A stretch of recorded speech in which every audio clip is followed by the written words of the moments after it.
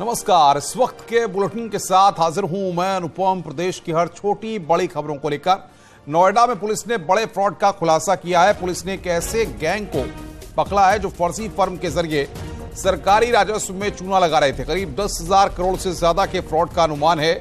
Police की जांच में 2660 फर्जी रजिस्टर्ड फर्म मिली हैं। इसके जरिए सरकार से आईटीसी प्राप्त कर रहे थे। पुलिस ने इस मामले में पति पत्नी समेत 8 लोगों को गिरफ्तार किया है। माना जा रहा है कि यह गैंग हर महीने में 1000 करोड़ का जीएसटी ट्रांजैक्शन कर रहा था। तो हर महीने 1000 करोड़ का जीएसटी ट्रांजैक्शन, हजारों करोड़ के फ्रॉड का यहां पर खुलासा नोएडा पुलिस ने किया है। 10,000 करोड़ के फ्रॉड का अनुमान यहां पर जताया जा रहा है। फर्जी फर्म से करोड़ों का फ्रॉड यहां पर किया गया। गौतम बुद्ध नगर पुलिस कमिश्नर हमारे साथ है बातचीत के लिए। मैम, एक गैंग बस्ट क्या है, इसकी मॉडस ऑपरेंडाई क्या थी, किस तरीके से ये फर्जीवाड़ा किया करता था? फेक आइडेंटिटी फ्रॉड का हमारे पास सेक्टर 20 में शिकायत दर्ज हुई थी, जिसमें उनके पैन कार्ड का बेजा इस्तेमाल करते हुए पाए गए थे। उसके आधार पे जब हम लोगों ने इन्वेस्टिगेशन किया तो एक ये पूरा ग्रुप रिकवर हुआ है। 8 लोग इसमें गिरफ्तार हुए हैं। इनके पास से जो हमारे पास इलेक्ट्रॉनिक डेटा, कंप्यूटर्स, हार्डवेयर और हार्ड डिस्क पकड़ी गई हैं, उसके आधार पे पाया गया है कि इनके पास अवैध रूप से 6,35,000 के करीब पैन कार्ड का डेटा उपलब्ध था, जिसके माध्यम से ये इन पैन कार्ड और आधार कार्डों का फोटो मॉर्फ करके कंपनियों का रजिस्ट्रेशन करवाते थे। उसमें फर्जी ई-वे बिल लगा के जीएसटी को जनरेट करवाते थे और फिर कुछ सीएस के माध्यम से इसको मोनेटाइज करवाते थे। अब तक लगभग 2260 कंपनियों का डेटा इनके पास से पाया गया है, जिसमें लगभग 500 कंपनियां मोनेटाइज नहीं हैं। बाकी पिछले 4 सालों में 2200 से ऊपर की कंपनियां मोनेटाइज कराई गई हैं। 1000 करोड़ के लगभग का जीएसटी का मोनेटाइजेशन पर मंथ पाया गया है, जो अब तक का डेटा उपलब्ध हुआ है।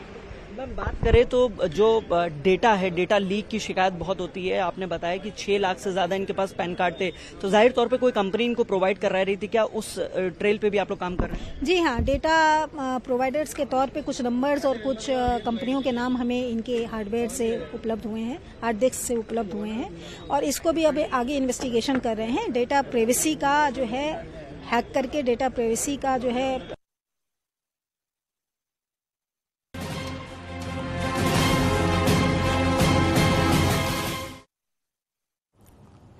शाहजहांपुर में एक लव जिहाद का मामला सामने आया, जहां सरकारी स्कूल की शिक्षिका का आरोप है कि मुस्लिम लड़के आमिर खान ने हिंदू बनकर उसे प्रेम जाल में फंसाया, उसके साथ अवैध संबंध भी बनाए। फिर आरोपी अश्लील फोटो और वीडियो के जरिए उसे ब्लैकमेल करने लगा और न केवल धर्म परिवर्तन कर दबाव बनाता रहा, बल्कि सरकारी टीचर की लाखों रुपए की सैलरी हड़पता रहा। इसके बाद महिला टीचर ने हिंदूवादी संगठनों से मदद मांगी। आरोप है कि आमिर कई हिंदू लड़कियों के संपर्क में है और उनका ब्रेन वॉश कर धर्म परिवर्तन कराता है।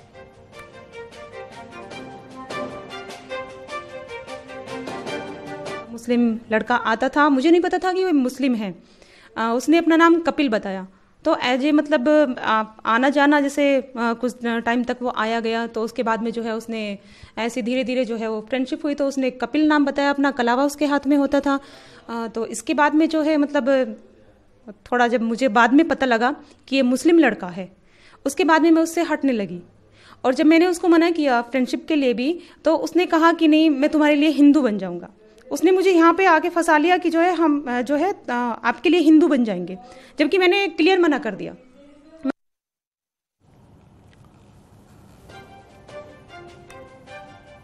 तो शाहजहांपुर का ये पूरा मामला जो हम आपको बता रहे हैं, शाहजहांपुर में लव जिहाद का एक और सामने आया, जहां पर मुस्लिम लड़के ने नाबालिग लड़की को भगाकर उससे शादी कर ली और शादी के वीडियो और फोटो को भी वायरल कर दिया। नाबालिग लड़की के परिजनों का आरोप है कि उनकी गर्भवती बेटी को आरोपी मारता पीटता था, साथ ही उन्हें फोन करके गालियां भी देता था।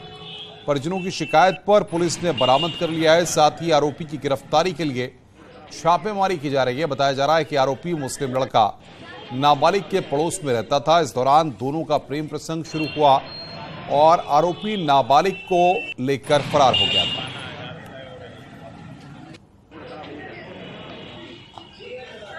वो हिंदू बनकर किराए पे रहता था, वो बात करता था और वो लेके भाग गया लड़का। शादी कर ली और व्हाट्सएप इंस्टाग्राम पे फोटो डाल रहे हैं। हाँ। कब से ये मामला चल रहा था? अब ये हमें 28 तारीख को हमने इन्हें पकड़ा, तब से लेके 28 तारीख को 7:45 बजे निकल गए। इस संबंध में लड़की के परिजनों द्वारा जो तहरीर दी गई उस पर 363 का मुकदमा लिखा गया है और इसमें पुलिस की एक टीम बनाई गई थी। अपहृता जो है वो अभी संज्ञान में आया, कोई नाबालिग है, उसकी बरामदगी हो गई है। अपहृता को बयान बाद उसको मेडिकल के लिए भेजा जा रहा है। जो भी पीड़िता के बयान होंगे, अन्य गवाहों से विवेचना जो तथ्य सामने आएंगे उस पर कार्रवाई की जाएगी और इसमें टीम लगा दी गई। शीघ्र ही जो नामजद अभियुक्त है लंबूर फ़हीम, उसकी भी गिरफ्तारी करने के लिए निर्देश दे दिए गए हैं और इसमें शीघ्र ही हम विवेचना का निस्तारण करेंगे। देहरादून के चक्राता से बड़ी खबर आ रही है। यहां के कोठी कनासर में द केरला स्टोरी जैसा मामला सामने आया। यहां 15 साल की नाबालिग लड़की को फंसाकर 2 मुस्लिम युवक लेकर आए। युवकों ने पहचान बदलकर नाबालिग लड़की को भगाकर लाए थे। दोनों आरोपी सहारनपुर ढकरानी के रहने वाले हैं। पुलिस ने दोनों आरोपियों को गिरफ्तार किया है। पोंटा साहिब में नाई का काम करते थे दोनों आरोपी। हिमाचल प्रदेश की रहने वाली है नाबालिग लड़की।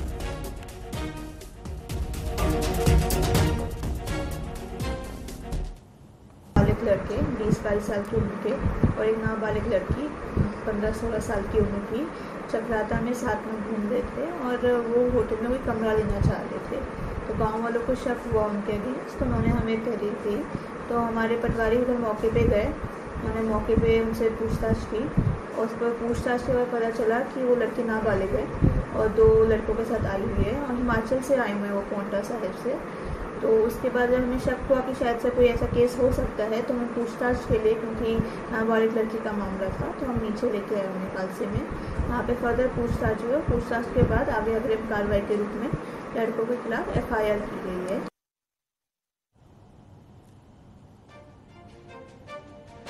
आगे बढ़ते हैं। कानपुर से लव जिहाद का मामला सामने आया। अब्दुल वाहिद नाम के एक शख्स पर आरोप है कि उसने अपना नाम बदलकर एक हिंदू महिला को शादी का झांसा दिया। आरोप है कि कल्लू बनकर वाहिद ने 2 साल तक महिला का शारीरिक शोषण किया, लेकिन जब महिला को वाहिद की असलियत का पता चला तो उसने थाने में मुकदमा दर्ज कराया। बता दें कि महिला की शादी 6 साल पहले हो चुकी है। पति आए दिन मारपीट करता था, जिससे वो तंग होकर दूसरी शादी करना चाहती थी।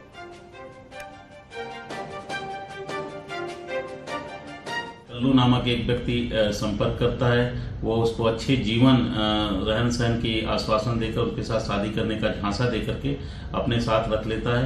लगभग 2 वर्षों से वो उसके साथ रह रही थी। अब वो अपने घर लेके जब जाता है तो उसको पता चलता है कि वो कल्लू और सोहनलाल न होकर के अब्दुल वाहिद सनाफ अब्दुल अहमद अतरबाबाद जाजमऊ क्षेत्र का रहने वाला है और 2 सालों से वो उसके साथ शारीरिक संबंध बनाता रहा। इस संबंध में उसके द्वारा बताया गया कि उसने उसके साथ धोखा किया है। मुरादाबाद से एसपी सांसद ने लव जिहाद को लेकर विवादित बयान दिया है। दिल्ली में साक्षी मर्डर केस के बाद मुस्लिम लड़कों को नसीहत देते हुए एसटी हसन ने अजीबोगरीब सीख दी है। आप भी सुनिए।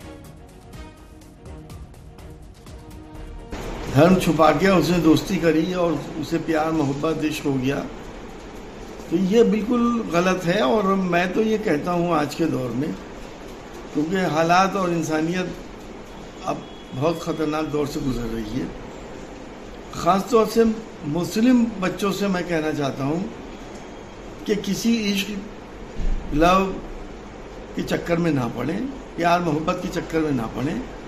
हिंदू बहनों को अपनी बहन समझें और अगर कोई उनके ऊपर डोरे डालता भी है तो हाथ जोड़ लें, क्योंकि अगर आपने नॉर्मल तरीके से भी शादी कर ली तो कहीं ना कहीं आप लव जिहाद में फंस जाएंगे और आपकी जिंदगी तबाह हो जाएगी।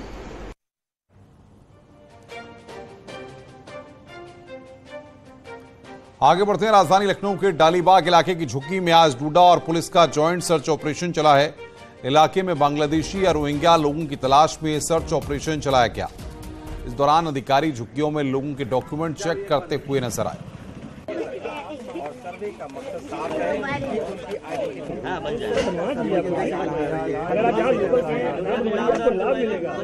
राजधानी लखनऊ के डालीबाग इलाके की एक झुग्गी झोपड़ी में जिला प्रशासन और पुलिस की संयुक्त टीम इस बात की जानकारी कर रही है कि आखिर यहाँ पर रहने वाले जो लोग हैं, चाहे वो बांग्लादेशी या फिर रोहिंग्या तो नहीं है, सरकारी योजनाओं के जो लोग लाभ ले रहे हैं, या वास्तव में वो भारतीय हैं या फिर दूसरी जगहों से आकर के यहाँ बसे हैं। साफ तौर से इस झुग्गी बस्ती का नजारा जरा देखिए। यहाँ पर भारी तादाद में लोग खड़े हुए हैं, सरकारी महकमे से आए हुए लोग हैं जो कि न सिर्फ कागजात को चेक कर रहे हैं बल्कि इस बात को जानने की कोशिश कर रहे हैं कि आखिर जिन योजनाओं का लाभ वो तमाम लोग ले रहे हैं, क्या उसकी अर्हता वो रखते हैं वास्तव में। ऐसे ही जो है सरकारी विभाग से आए हुए कुछ लोग आए, उनसे बात भी कर लेते हैं कि आखिर यहाँ पर बातचीत किस बिना पर हो रही है। सर, आपका नाम क्या है, किस विभाग से आए और क्या जांच कर रहे हैं? मैं नाम गोपाल मिश्रा है, मैं डूडा से आया हुआ हूँ। हम लोग का है कि मेन इनका जांच करने का तरीका ये है कि ये लोग यहाँ पे झुग्गी में रह रहे हैं। हम लोग का मेन इनका था कि इन लोग को यहाँ से हटा के विस्थापित करना है क्या इनके पक्के आवास में इनका। तो इसीलिए हम लोग इनका आधार चेक कर रहे हैं, इनका फैमिली मेंबर चेक कर रहे हैं, मोबाइल नंबर अगर देख रहे हैं, और इनका आधार से इनका ये भी एक हमारा क्लियरफाई हो जाएगा इनका कि इनका आधार में इनको कोई आवास मिला या नहीं मिला। अगर इनको आवास मिला हुआ है तो भाई यहाँ क्यों रह रहे हो, अगर आवास नहीं मिला है तो हम लोग की पूरी कोशिश है कि इनको हम यहाँ पे आगे लगे इनको विस्थापित करेंगे पक्के मकान में। क्या ये भी आइडेंटिफाई करने की कोशिश कर रहे हैं आप कि मूल रूप से भारतीय है या बाहर से आए हुए लोग तो नहीं है? देखिए, बिल्कुल हम लोग इनका आधार लेके यहाँ पे चेक करेंगे, आधार नंबर डालें, सब कुछ कर रहे हैं। इसके ऊपर इनकी जांच करके ऊपर भी जाएगी, इसकी जांच होगी पूरी कि आधार इनका कब अपडेट हुआ था, कैसे हुआ था, कहाँ हुआ था, ये सब चीजें पूरी इस पर पूरी एक वेरीफाइड रिपोर्ट बनेगी, बेशक बनेगी इसकी। तो कितने लोगों से मुलाकात आप लोगों ने अभी तक कर ली है या कितने लोगों को जांच लिया है? इससे पहले हम लोग बटलर का जो पीछा हिस्सा था, करीबन 50 परिवार में रहते वो तो हम लोग को पूरा कंप्लीट हो चुका था। बाकी हम लोग इधर आए हैं, अभी यहाँ शुरुआती हुई है, लगभग यहाँ 10-12 परिवार उधर हो चुके हैं, बाकी इधर हम शुरू कर रहे हैं हम लोग इधर।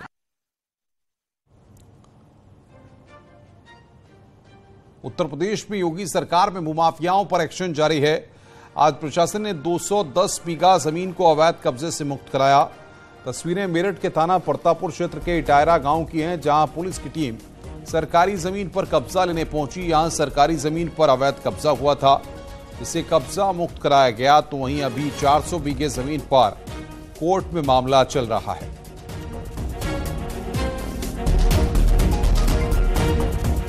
देखिए, ग्राम इटायरा जो है हमारे यहाँ पे 610 बीघा लगभग जमीन ग्राम समाज की जमीन थी, जो किसी टाइम पे किसी प्राइवेट लोगों के नाम दर्ज हुई और उसके बाद खारिज हुई। इनमें से 400 बीघा जमीन का अभी हाईकोर्ट से स्टेटस को है, बट लगभग 210 बीघा जमीन पे ग्राम समाज दर्ज है और वो ग्राम समाज के उसमें है, खाते में है। तो कई बार लोगों को नोटिस देके बताया गया कि इसको खाली कर लें, तो लोगों ने खाली नहीं किए। तो आज मजिस्ट्रेट्स की उपस्थिति में और फोर्स की उपस्थिति में उस जमीन को खाली करवा के पोजेशन में लेकर ग्राम पंचायत को हैंडओवर किया जा रहा है।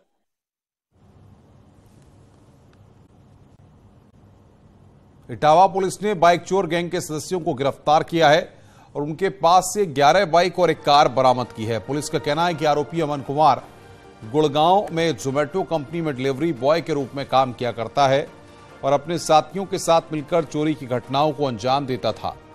इन सभी के पास से बरामद की गई मोटरसाइकिल हरियाणा, दिल्ली, नोएडा से चुराई गई है। पुलिस ने सभी आरोपियों को जेल भेज दिया है।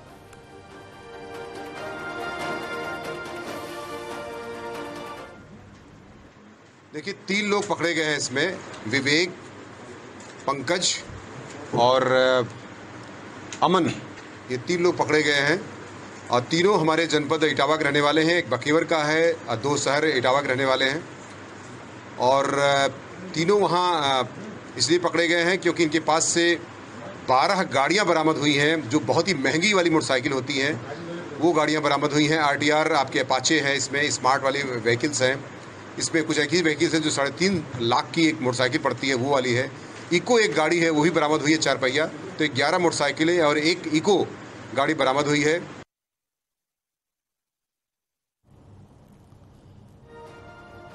उत्तरकाशी के यमुनोत्री धाम यात्रा के पैदल मार्ग पर बारिश के बाद हालात खराब हो गए। जानकी चट्टी से यमुनोत्री धाम पैदल मार्ग पर कुछ जगह कीचड़ भर गया है तो कई जगह जलभराव हो रखा है। इससे यात्रियों को परेशानी का सामना करना पड़ रहा है, लेकिन जिम्मेदार विभाग ने सुबह से पैदल मार्ग को सही करने की जहमत तक नहीं उठाई। यमुनोत्री धाम पैदल मार्ग से आई तस्वीर से अंदाजा लगाया जा सकता है कि किस तरह अव्यवस्थाओं का अंबार बारिश के बाद पैदल मार्ग में लगातार बना हुआ है। इससे घोड़े, खच्चर और पैदल जा रहे यात्रियों के सामने फिसलन की समस्या बनी हुई है।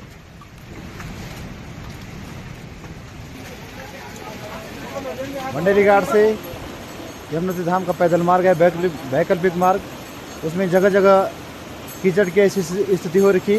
घोड़े खच्चर और जो घोड़े चालक हैं उनका चलना दुश्वार हो रखा है और बड़ी मुश्किल से यात्रियों से यात्रा करवा रहे हैं। और वैसी स्थिति पैदल मार्ग में जगह जगह आप देख सकते हैं वीडियो के माध्यम से कि पानी जो रुक रहा है, जिससे यात्रियों को चलने में आने जाने में परेशानियां हो रही हैं। एक बार फिर से प्रभावितों में डर का माहौल पैदा हो गया है। जोशीमठ में लगातार हो रही बारिश के बाद बूंदसार होने का खतरा बढ़ गया है। चमोली के डीएम हिमांशु खुराना ने फोन पर बताया कि जोशीमठ में लगातार बूंदसार वाले इलाकों में प्रशासन की नजर बनी हुई है। वहीं दूसरी तरफ प्रभावित लोगों का कहना है कि वो किराए के भवनों को छोड़कर अब अपने घरों में आ गए हैं। ऐसे में उन्हें वहां रहने में दिक्कतें हो रही हैं।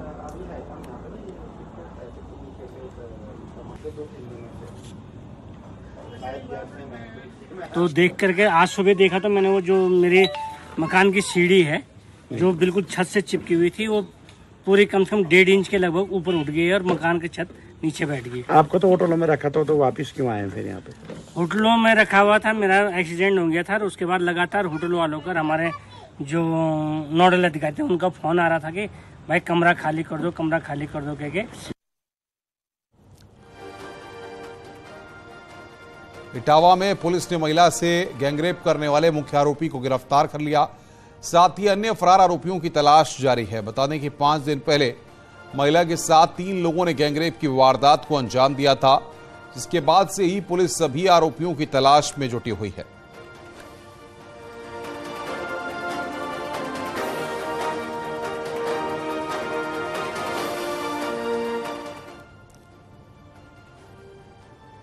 खबर मथुरा से। जैत थाना पुलिस ने गौ तस्कर को गिरफ्तार किया है। पकड़ा गया तस्कर बुलंदशहर का रहने वाला है। आरोपी अपने साथियों के साथ मिलकर गायों को चुराते थे और उसे गाड़ियों में भरकर बेच दिया करते थे। पुलिस गौ तस्कर रहमत अली की तलाश काफी दिनों से कर रही थी।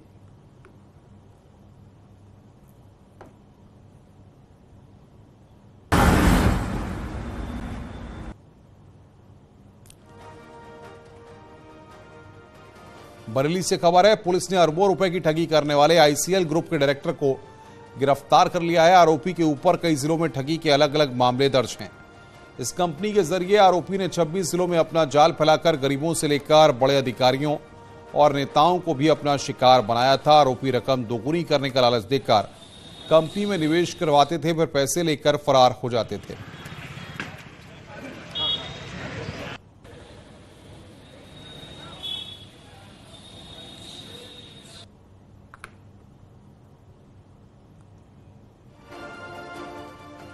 हरदोई पुलिस ने पूर्व प्रधान की हत्या का खुलासा किया है और 2 आरोपियों को गिरफ्तार किया है। पुलिस का कहना है कि दोनों आरोपियों ने प्रेम प्रसंग में छीटाकशी को लेकर हत्या की वारदात को अंजाम दिया था। बता दें कि 28 मई को मुर्गी फार्म के बाहर पूर्व प्रधान का शव मिलने से हड़कंप मच गया था।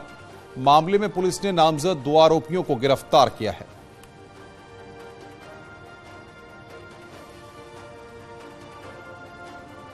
दिनांक 28/5 को प्रातः एक सूचना मिली थी। थाना मलावा में एक गांव में एक व्यक्ति मृत पड़ा हुआ है। पूछताछ में पता लगा है कि उनमें से एक व्यक्ति उसके परिवार में किसी से दूसरे अभियुक्त का कुछ संबंध बन गया था, जिसमें कि मृतक टोका टोकी करता था। इसी के चलते इन्होंने योजना बना करके अपने एक अन्य साथी के साथ घटना की रात्रि में इसका ईंटों से कुचलकर मर्डर कर दिया था। अभियुक्तों की निशानदेही पर घटना में प्रयुक्त ईंट और साथ ही साथ मृतक का मोबाइल बरामद हुआ है। बागपत के बड़ौत में एक लड़के ने फांसी लगाकर आत्महत्या कर ली। परिजनों को जब युवक की मौत की सूचना मिली तो कोहराम मच गया। सूचना के बाद मौके पर पहुंची पुलिस ने शव को पोस्टमार्टम के लिए भेज दिया है और मामले की जांच में जुट गई है।